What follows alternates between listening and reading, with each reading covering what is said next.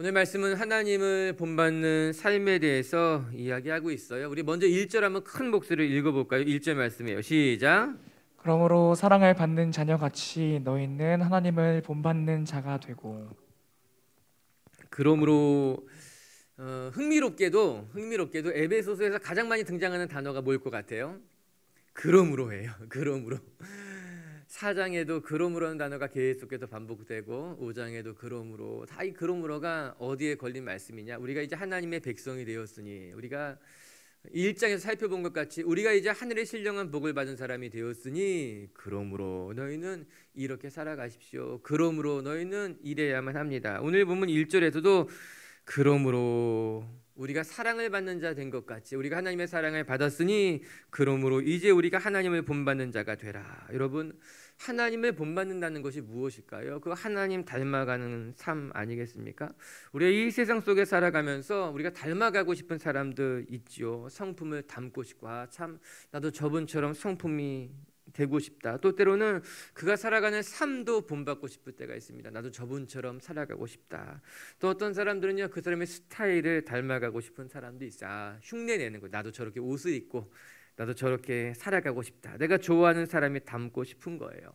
그런데 오늘 바울은 우리가 사람을 닮아가고자 애쓰는 것이 아니라 하나님을 닮아가야 됩니다. 하나님을 본받아 살아가야 됩니다. 그렇게 이야기하고 있어요. 참으로 놀라운 권면의 말씀이고 참 대단한 이야기다, 그런 생각하게 됩니다. 여러분, 우리가 정말 하나님을 본받을 수 있을까? 우리 정말 하나님을 닮아갈 수 있을까? 가능한 일일까? 그런 생각을 하게 되잖아요.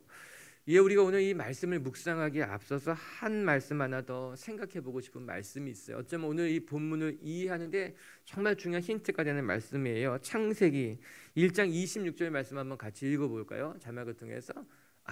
자막이 안 됐다고 이야기해요.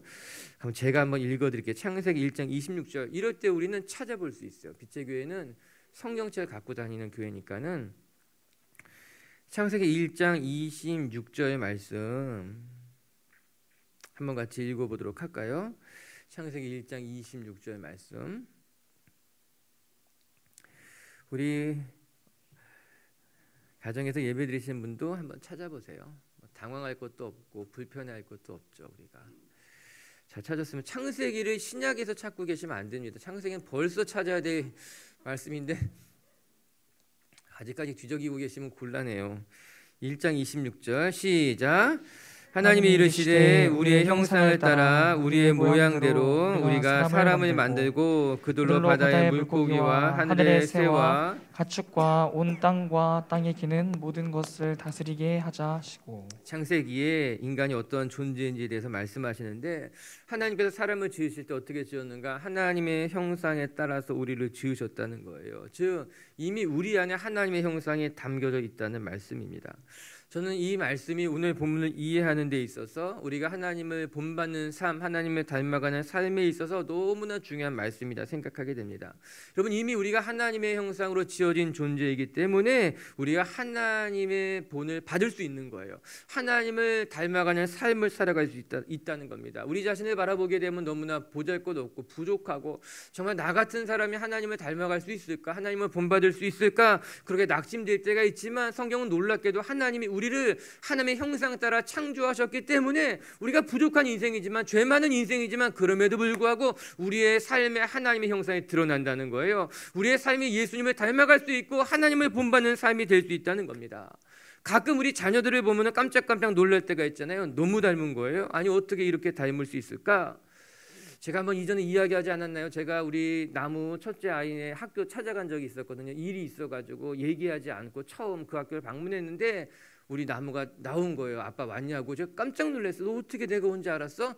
친구들이 아빠 왔다고 나가보란다고 해서 나왔다는 거예요. 제가 이럴 수 있을까? 닮았다, 너무너무 달랐다는 거죠. 그런데 얼굴만 닮은 게 아니라 성격도 닮아가잖아요. 소스라치게 놀랄 때가 있죠. 얼굴이야 닮을 수 있지만 하는 짓도 닮자. 우리 자녀들이 그렇잖아요. 자라가다 보면 하는 짓도 아빠랑 똑같네, 하는 짓도 엄마랑 똑같네. 유전자의 힘이라고 그렇게 우리가 이야기하죠. 아, 유전자라는 게 진짜 있구나. 그거 대단한 거구나. 유전자가 있으니까 얼굴도 닮고 심지어는 성격도 닮고, 사람들은 가족력이라는 이야기도 합니다. 가족력이 있어. 그거 조심해야 되는 거야. 다 비슷해지는 거야. 하나님이 인간을 하나님의 형상에 따라 지으셨다는 이 말씀은 매우 놀라우면서도 매우 감격스러운 말씀이에요. 우리 안에 하나님의 형상, 하나님의 유전자가 담겨져 있다는 거죠. 그 과학적인 유전자를 말하는 것이 아니라 우리 안에 하나님의 형상, 저와 여러분 안에 하나님의 계획, 하나님의 형상이 담겨져 있는 거예요. 연약한 자를 긍휼히 여기는 마음, 이기적으로 살아가기보다는 이타적으로 살아가고자 하는 모습들, 때로는 강인한 결단력, 의지력, 이 모든 것이 우리에게 하나님께서 물려주신 하나님의 형상, 하나님의 귀한 모습이라고 하는 거예요. 사랑하는 빛의교회 성도 여러분, 우리가 우리 자신의 연약한 모습만 바라보지 마시고 우리 안에 하나님의 형상, 우리가 하나님의 형상 따라 지어진 존재임을 잊지 마시고 정말 하나님을 닮아가도록 애쓰시고 하나님을 본받는 삶으로 살아가는 하루가 되시기를 주님의 이름으로 축복합니다. 하나님의 아름다운 형상이 우리 안에 있다는 것을 늘 기억하면서 우리 옆에 있는 사람도 하나님 닮은 사람이고, 때로는 우리 자식들이 속속이지만 우리 자식들도 하나님 닮은 사람들이라는 것을 기억하면서 우리 안에 하나님의 형상이 함께 만들어져 가고 우리 공동체가 하나님의 형상을 본받는 공동체가 되시기를 주님의 이름으로 축복합니다. 그럼 이제 우리가 어떻게 하나님의 형상을 닮아가고 하나님의 본을 닮아갈 수 있을까? 오늘 보면은 그것을 이렇게 이야기하고 있어요. 첫 번째, 우리 하나님을 본받는 자가 되기 위해서 가장 필요한 것이 무엇인가? 우리도 하나님처럼 사랑하는 존재가 되어야 된다라고 하는 거예요. 2절의 말씀 한번 같이 읽어보겠습니다. 시작. 그리스도께서 너희를 사랑하신 것 같이 너희도 사랑 가운데서 행하라. 그는 우리를 위하여 자신을 버리사 향기로운 제물과 희생 제물로 하나님께 드리셨느니라. 그리스도께서 너희를 사랑하신 것 같이 우리도 예수님처럼 사랑하는 것이 예수님을 닮아가는 것이다. 그렇게 이야기하고 있습니다. 하나님을 닮아가는 삶의 첫 번째가 무엇일까? 사랑이라고 하는 거예요. 여러분, 사랑이라는 것을 빼놓고서는 하나님을 닮아간다는 거 어찌 상상할 수 있겠습니까? 이 사랑이라고 하는 것이 하나님의 어쩌면 첫 번째 본질, 하나님의 성품인 것이죠. 오늘 이 2절의 말씀을 또 이해하기에 앞서서 또 말씀 하나 읽어보면 좋겠어요. 그 말씀은 요한일서 4장 16절인데 한번 읽어볼까요? 시작.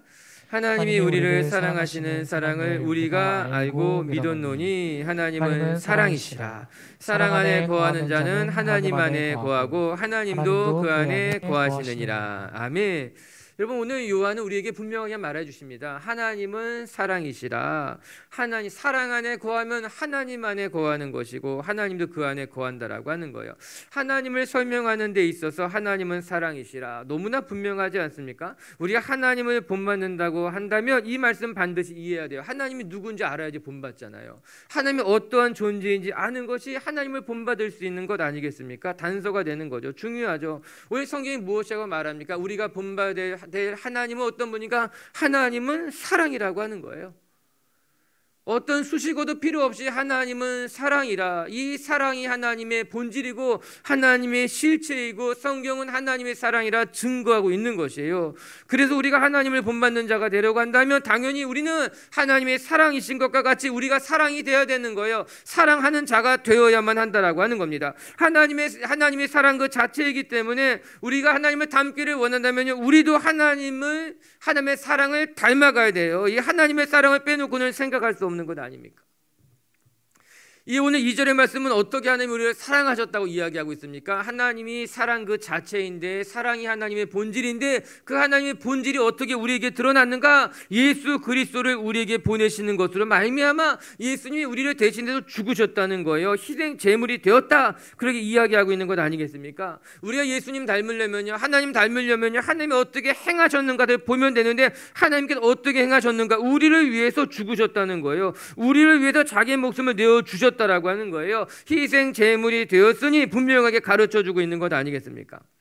여러분, 그리스도께서는요 우리를 사랑하셨는데 얼마나 사랑하셨는가? 우리에게 자기 자신을 내어줄 만큼 아낌없이 사랑하셨다라고 하는 겁니다. 희생 제물이 무엇입니까? 과거의 율법 시대에는 사람이 죄를 지으면 그 죄를 씻기 위해서는 어린 양을 대신 희생 제물로 드리는 것으로 말미암아 자기의 죄를 용서받을 수 있었습니다. 이게 죄를 전가했다 그렇게 말하는 거죠. 죄를 전가했다. 내가 죄를 지었지만 나 대신 나의 죄를 어린 양에게 그 죄에 따라서 짐승들을 이제 번제단에 드리는 것으로 말미암아 죄를 전가하고 내가 죽어야만 하지만 희생 제물을 죽이는 것으로 말미암아 내 죄가 씻김을 받게 되는 거죠. 용서함을 받게 되는 것 아니겠습니까? 율법서 말씀을 읽어보게 되면은 죄의 종류에 따라서 짐승이 달라요. 그 짐승을 드릴 때 우리가 용서함을 받을 수 있게 되는 거죠. 그런데 이제 예수 그리스도께서 그 짐승 대신 우리 대신 이제 희생 제물이 되셨기 때문에 우리가 이제 죄인이지만 우리가 부끄러운 인생을 살았지만 우리가 하나님의 사랑을 입게 되었다는 거예요.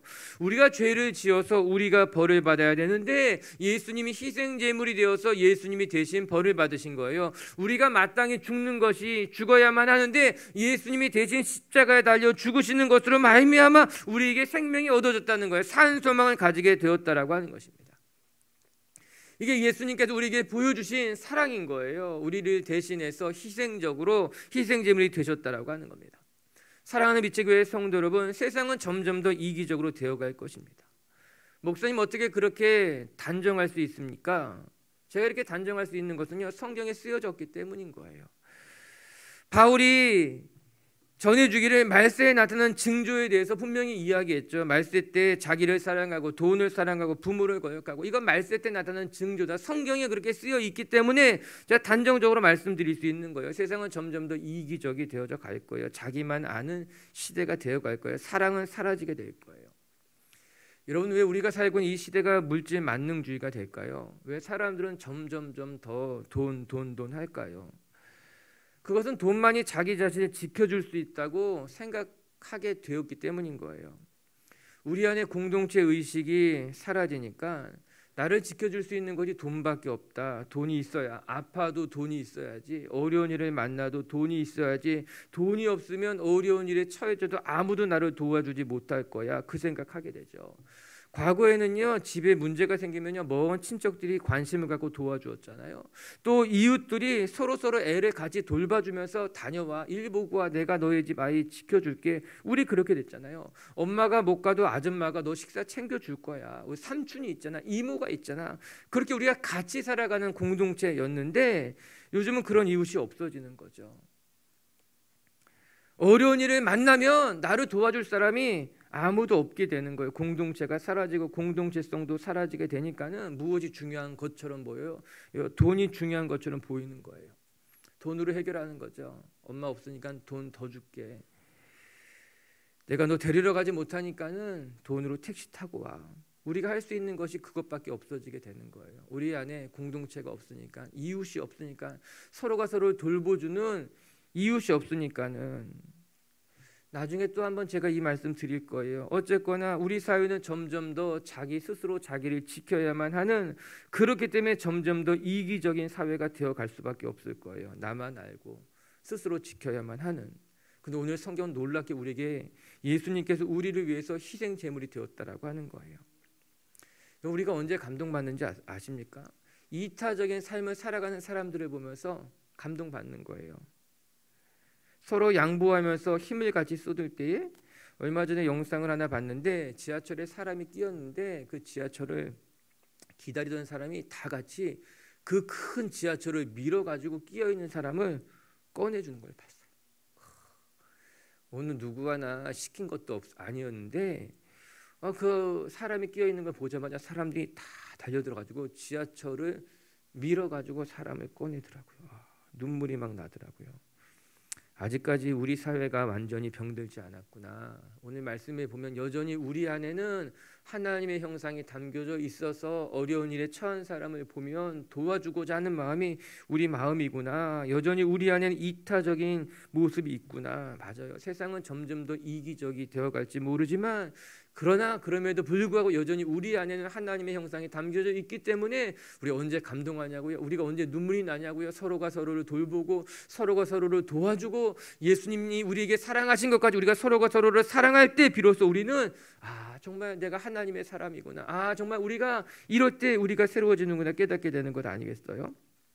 사랑하는 밑재교회 성도 여러분, 우리 밑재교회 식구들도 예수님이 우리에게 희생 제물이 되시고 예수님이 우리에게 희생적인 삶을 보였듯이 우리 밑재교회 식구들도 여러분 가정 안에서도 여러분 이웃, 여러분이 있는 일터 안에서도 예수님처럼 정말 서로를 사랑하고 돌보고 헌신적으로 살아갈 줄 아는 성도님들 되시기를 주님의 이름으로 축복합니다. 어떻게 그렇게 할 수 있을까? 말씀 한 절 읽고 싶어요. 골로새서 3장 23절에 이렇게 나와요. 읽어보도록 할게요. 시작.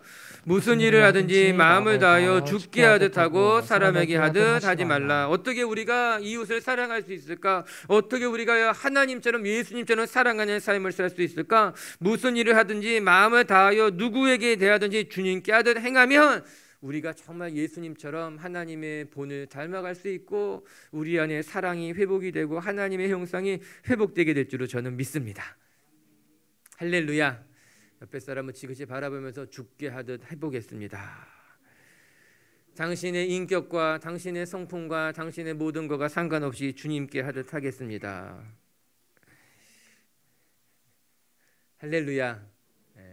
나한테 그렇게 해주세요 말하는 게 아니라 내가 그렇게 하겠습니다. 두 번째, 어떻게 우리가 하나님의 본을 받을 수 있을까? 두 번째는요, 3절 말씀 한번 읽어보겠습니다. 시작. 음행과 온갖 더러운 것과 탐욕은 너희 중에서 그 이름조차도 부르지 말라. 이는 성도에게 마땅한 바니라. 우리 하나님을 본받는 삶을 살기 위해서 우리에게 필요한 것이 무엇인가? 세상의 악한 것들을 우리 가운데 버려야 된다는 거예요. 그래서 우리를 지켜나가야 된다는 겁니다. 3절의 말씀은 음행과 온갖 더러운 것과 탐욕은 너희 중에 이름이라도 부르지 말아라. 하나님을 닮아가는 삶을 우리가 묵상하는 데 있어서 결코 빼먹을 수 없는 것은 세상의 더러운 것들을 가까이 하지 않아야만 비로소 우리가 하나님 닮아갈 수 있다는 거예요. 하나님 거룩하신 분이십니다. 거룩하신 하나님을 본받기를 원한다면 마땅히 우리가 우리 안에 있는 더러운 것들을 음행과 탐욕 같은 것을 벗어버려야 되는 것 아니겠습니까? 하나님이 기뻐하시는 사람이 되고자 한다면 우리 가운데 더러운 것을 멀리해야 되는 거예요. 여러분, 이런 것들과 매우 비슷해요. 건강을 위해서 열심히 운동하는 것 정말 중요한 일이죠. 자기에게 필요한 운동을 규칙적으로 꾸준히 할 때 비로소 우리가 건강해질 수 있을 거예요. 그런데 문제는 건강해지기 위해서 매일 운동하고 열심히 운동하면서 또 한편은 열심히 술 먹고 열심히 과로하고 열심히 과식하고 열심히 담배 피면 건강해질 수 있겠어요? 굉장히 어려운 일이죠. 운동 중요합니다. 근력을 만들고 지구력을 키우고 내 몸이 건강해지기 위해서 운동하는 것 중요해요. 그런데 열심히 운동하면서 동시에 과식도 하고 과음도 하고 과로하고 건강한 삶을 살아가기가 어렵죠. 아무리 열심히 운동해도 우리가 피해야 할 것을 피하지 않는다면 건강한 삶을 살아갈 수가 없어요.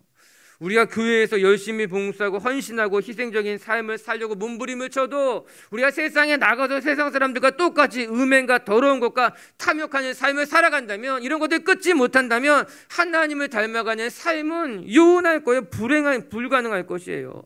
아무리 내가 예수님처럼 살고 싶다고 결단을 하고 다짐을 하고 그래서 교회에서 열심히 봉사한다 하여도 내가 여전히 세상에 나가서는 더러운 말과 또 음행과 탐욕한 것을 버리지 못한다면 그냥 제자리 걸음만 하는 거예요. 교회 안에서 열심히 헌신했다가 또 제자리에 돌아오게 되는 거예요. 요요 현상이라고 말하잖아요. 음식물을 극도로 절제해서 다이어트에 성공하나 싶었다 해도 다시 제자리로 돌아오게 되잖아요. 아니, 어쩌면 다이어트를 시작할 때보다 더 그 이상으로 내 몸이 불어나기도 하고 내 몸이 상하기도 하고, 그거 요요 현상, 음식에만 일어나는 것이 아니에요. 우리의 삶에도 나타나요. 영적인 생활에서도 나타날 수 있다라고 하는 거예요. 열심히 헌신하는 것만큼 중요한 것이 무엇인가? 내 안에 부끄러운 것들, 내 안에 부도덕한 것들, 내 안에 끊어버려야 될 것들 끊어버려야지만 비로소 영적으로 건강한 삶이 되는 거예요. 하나님 닮아갈 수 있게 되는 거예요. 문제는 이런 것들을 끊기가 매우 어렵다라고 하는 거예요. 성경은 음행과 더러운 것과 탐욕을 뭐라고 말합니까? 이름조차 부르지 말라라고 하는 거예요. 그 이유가 무엇이겠습니까? 가까이 하면은 끊기가 어렵다라고 하는 거예요. 조금이라도 맛을 보면은 멀리하기가 어렵다라고 하는 거예요. 그래서 단호함이 필요한 것 아닙니까? 맛보지도 않겠습니다. 가까이 가지도 않겠습니다. 이름이라도 부르지 않겠습니다. 어떤 분들 그렇게 말하더라고요. 다 해보고 나면요 싫어질 거예요. 아, 그분은 어떻게 그런 믿음이 있을까? 정말 부럽더라고요. 아, 그분 정말 대단한 결단력을 가진 사람 같은 거예요. 아, 목사님 그냥 내버려 두세요. 다 하고 나면 언젠가 다 이제 돌아오게 될 거라고. 제가 그 물어보고 싶었어요. 그러면 집사님은 돌아오셨어요? 그거 사실 어려운 일이에요. 물론 그런 분도 있을 것 같아요. 정말 초우량 크리스찬 막 이렇게 딱 그런 분도 있을 것 같은데 저는 못 하겠더라고요. 그렇게 여러분도 거의 저와 비슷할 거예요. 그냥 맛을 보면 끊기가 어려운 거예요. 단호함이 필요하죠. 오늘 성경 매우 단호하지 않습니까? 그 이름조차도 부르지 마라. 설교 준비하면서 내가 이름을 불렀네. 음행, 더러운 거, 탐욕, 이 이름도 부르지 말라고 했는데 내가 또 이름을 불렀네. 말씀 읽으면서 여러분 기억하실지 모르지만 5년 전에 제가 죽음에 이르는 7가지 죄악에 대해서 설교한 적이 있어요. 아마 여기로 이사 오고 나서 처음에 설교했던 것 같아요. 기독교에서 전통적으로 내려오는 7가지 죄악이 있습니다. 우리의 영혼을 병들게 하는 것이다. 그래서 교만, 시기, 분노, 탐욕, 탐심, 정욕, 나태, 이 7가지가 우리의 영혼을 병들게 하는 7대 죄악이라 그렇게 이야기하고 있는 거예요. 이 기독교 전통에 의해서 수조원 때에서부터 계속해서 우리가 정말 멀리해야 될 것들이 무엇이냐, 이런 것들 조심해야 된다는 거죠. 7가지 다시 말씀드리면 교만, 시기, 분노, 탐욕, 탐식, 정욕, 나태, 이 나태까지 포함되는 거예요. 우리의 영혼을 병들게 하는 이 7가지.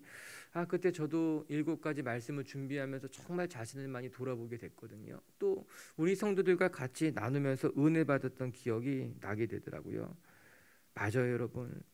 이것은 어떤 성각자가 7가지를 정한 것이 아니라 성경에 있는 말씀을 그대로 정리한 거예요. 오늘 본문에도 똑같이 이야기하죠. 음행과 더러운 것과 탐욕은 이름조차 부르지 말아라. 그것들이 결국에 너의 영혼을 병들게 할 거다. 너의 영혼을 죽게 할 것이다. 그렇게 이야기하고 있는 건 아니겠습니까?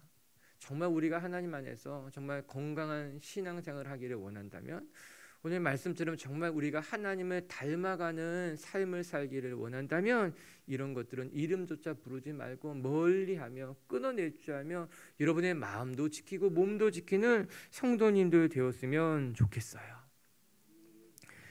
심지어 바로는 이런 것들에 대해서 우상 숭배다 이렇게 말합니다. 하나님의 나라를 유업으로 받지 못할 거야 이렇게 말합니다. 5절 말씀 한번 같이 읽어볼까요? 시작.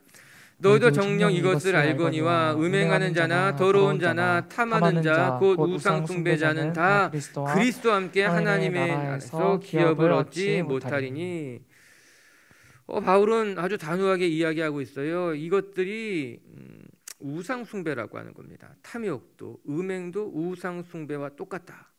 우상 숭배라는 것이 무엇이에요? 하나님을 섬기지 않고 손으로 깎아 만든 것들을 섬기는 것, 우상이죠. 우상 숭배죠. 숭배한다. 그런데 이 음행이라고 하는 건 역시 우상이 될 수 있고, 탐욕이라고 하는 건 역시 우상이 될 수 있다는 거예요. 다른 말로 하게 되면 우리가 하나님만 사랑하고 하나님만 섬기고 하나님만 예배해야 되는데 탐욕을 주목해서 바라보는 거예요. 음행이 정말 하나님보다 떨쳐낼 수 없는 것으로 우리 마음속에 가득 차게 된다는, 그것이 다 우상 숭배야 이렇게 이야기하죠. 여러분, 우리가 우상 숭배 되게 무섭게 생각하잖아요. 우상 숭배 무서운 거야. 하나님이 싫어하시는 거야. 절대로 멀리해야 되는 거야. 그런데 그런 말씀 보시기 바랍니다. 삶의 자리에서 일어나는 작고 사소해 보이는 음행과 더러운 말과 탐욕이 다 모두 다 우리가 그렇게 멀리하고 했던 무서워했던 우상 숭배와 똑같다는 거예요. 바울은 나란히 놓고 이야기하고 하더라고요. 거기서 더 나가서 뭐라고 말합니까? 그런 자들은 하나님의 나라를 유업으로 받을 수 없을 거야. 그렇게 이야기하더라고요. 하나님의 나라를 유업으로 받을 수 없을 거다 이렇게 이야기하면 굉장히 크게 들려가지고 잘 삶에 적용하기가 어려울 수 있는데, 이렇게 적용해 보면 어렵지 않아요. 여러분, 우리가 더러운 말을 하고 탐욕을 가지고 음행으로 가득 찼을 때 우리가 하나님이 주는 평안을 누릴 수 있을까요? 이렇게 생각하면 그렇게 크게 어렵지 않습니다. 우리 삶에 충분히 적용할 수 있는 말씀이에요. 하나님의 나라를 유업으로 받지 못할 거다. 너무 이게 크게 생각해 보면 우리 삶에 적용하기 어렵지만, 여러분, 음행하면서 또 더러운 것을 탐하면서 욕심이 가득하면서 하나님이 주시는 평안이 내 삶에 가득할 수 있겠는가? 가득할 수 없는 거예요. 왜냐하면 하나님의 평안이 들어올 자리가 없는 거죠. 세상의 탐욕이 내 안에 가득 찼기 때문에, 세상의 정욕이 내 안에 가득 찼기 때문에 하나님의 거룩한 평안, 하나님이 주시는 하나님의 선한 계획, 하나님의 꿈이 내 안에 들어올 자리가 없게 되는 거예요. 이에 바로는 이야기합니다. 그것 다 우상 숭배와 같은 것이니 그런 것들을 멀리할 때 하나님의 나라가 우리 가운데 찾아오게 됩니다. 하나님의 나라가 우리를 충만하게 할 것입니다. 이야기하고 있어요. 무엇을 선택하고 싶어요, 여러분? 무엇에 마음을 쏟고 싶어요, 여러분? 우리가 굳이 하나를 선택해야 된다면 무엇을 선택해야 될까요? 두말할 것 없이 탐욕과 더러운 것과 음행을 선택할 것이 아니라 하나님이 주는 희락과 화평과 하나님의 나라를 선택하는 것이 더 좋은 일 아니겠어요? 할렐루야. 오늘도 우리 빛의 성도 여러분들 마음 가운데 이 세상에 허탄한 것을 다 걷어내시고 그 자리에 하나님의 나라가 임하시기를, 하나님의 평안과 하나님의 계획과 하나님의 좋은 것들로 충만한 분들 되시길 주의 이름으로 축복합니다. 세 번째, 또 하나님을 본받기 위해서 필요한 것이 무엇인가 끝으로 한 가지만 더 살펴볼게요. 4절 우리말 성경으로 읽겠습니다. 시작.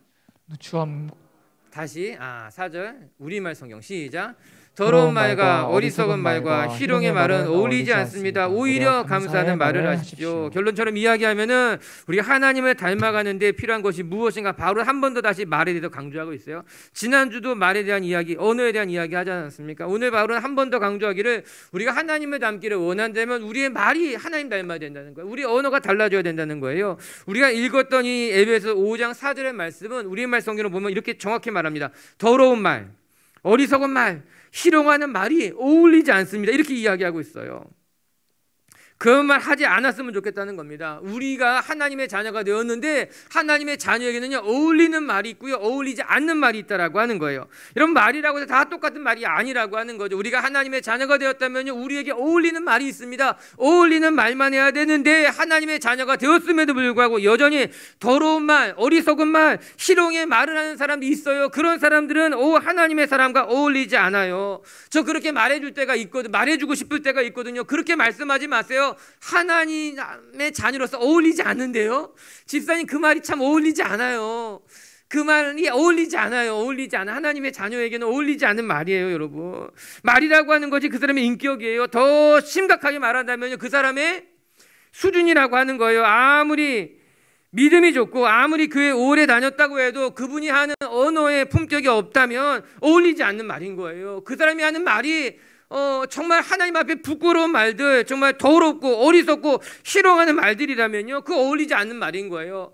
목사님 다 사회에서 그렇게 말을 하며 살아갑니다. 그거 다 그렇게 쓰는 말들입니다. 그거 사회에서 하는 말이에요. 그것은 세상 사람들, 하나님을 알지 못하는 사람들이 하는 말인 거예요. 그런데 왜 그와 똑같은 말을 하시는 거죠? 왜 교회에서조차 그런 말을 하시는 거죠? 아니 삶의 자리에서 하면 안 되는 말인 거예요. 쉽게 욕을 하기도 하고 남을 비방하는 말을 하기도 하고 남을 깎아내리는 말을 하기도 하면서 그 말은 우리에게 어울리지 않는 말인데, 옳지 않은 말인데도 불구하고 왜 그런 말을 하느냐. 오늘 본문과 연결해서 생각해 본다면 하나님을 본받기를 원한다면, 하나님을 닮아가기를 원한다면 그런 말들을 입 밖에 내서는 안 되는 거예요. 그런 말이 여기까지 올라왔다 할지라도 하나님과 어울리지 않는 말인 거예요. 개역개정에서 보면요 우리가 이거 성경에 보게 되면요 마땅하지 않다고 표현하고 있습니다. 좀 더 강하게 표현하고 있는 거죠. 더러운 말, 남을 비방하는 말은 하는 것은 마땅하지 않습니다. 그렇게 하는 것은 옳지 않습니다. 이렇게 딱 끊어서 이야기하고 있는 것 아니겠습니까? 그럼 어떤 말을 해야 될까요? 오늘 4절은 이렇게 말하고 있습니다. 오히려 감사하는 말을 하라, 이렇게 이야기하는 거예요. 오히려 더러운 말과 비방하는 말과 어리석은 말, 희롱의 말을 하지 말고 우리가 해야 할 말은 감사하는 말, 오히려 감사하는 말을 더 하십시오라고 말이에요. 우리가 해야 하는 말이에요. 고맙습니다, 감사합니다. 어쩌면 이 고맙다는 말이, 감사하다는 말이 자꾸 우리의 입술에 이렇게 배어 있게 되면은 섭섭한 마음도 다스릴 수 있게 될지 모릅니다. 속상한 마음도 다스릴 수 있게 될지 모릅니다. 더 나아가서 이 고맙다는 말이 관계에 영향을 끼쳐서 관계도 다스릴 수 있게 되는 거예요. 관계도 자꾸 보면 고맙다고, 감사하다고, 별것 아닌 건데 이렇게 말해주는 그 사람 때문에 내 마음만 다스려지는 것이 아니라 관계도 다스려지게 되는 거예요. 바울은 오히려 감사하는 말을 서로 하십시오라고 말해요. 여러분 어떻습니까? 우리 고맙다는 말 자주 하십니까? 부모님에게, 자녀에게, 또 여러분 일터에서 여러분 만나는 사람들에게 고맙습니다. 그런 말 자주 하십니까? 아니면 참 냉정하십니까? 그건 고맙다고 말하기까지는 아니고 조금 그건 고맙다는 말이 아니죠. 저는 우리 교회가 고맙다는 말이 많은 교회가 됐으면 좋겠습니다.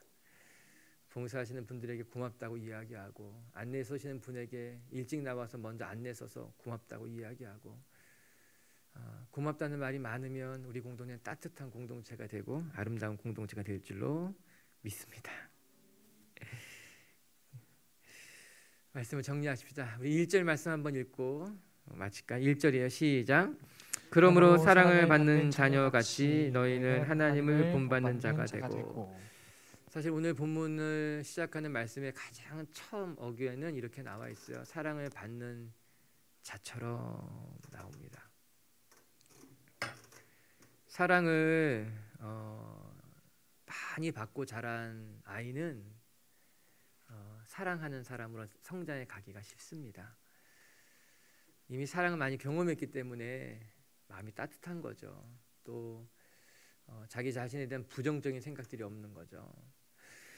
오늘 바울은 이렇게 이야기합니다. 그러므로 사랑을 받는 자녀같이.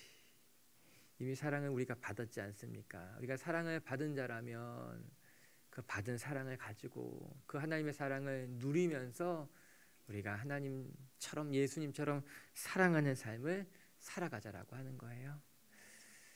여러분, 우리 하나님의 사랑 받은 사람들입니다. 아멘. 그래요. 우리가 하나님의 사랑이 없었다면 이렇게 예배할 수 있겠습니까? 우리가 하나님의 사랑이 없었다면 이렇게 우리가 온전한 삶을 살아갈 수 있겠습니까? 우리가 하나님의 사랑 많이 받은 사람들입니다. 그렇기에 하나님의 사랑을 받은 자로서 우리가 우리 이웃을 사랑하고 우리 안에 있는 더러운 것들을 다 걷어내고 정말 우리의 말과 행실이 정말 하나님 앞에 더 귀한 성도님들로 성장해 가시기를 주님의 이름으로 축복합니다.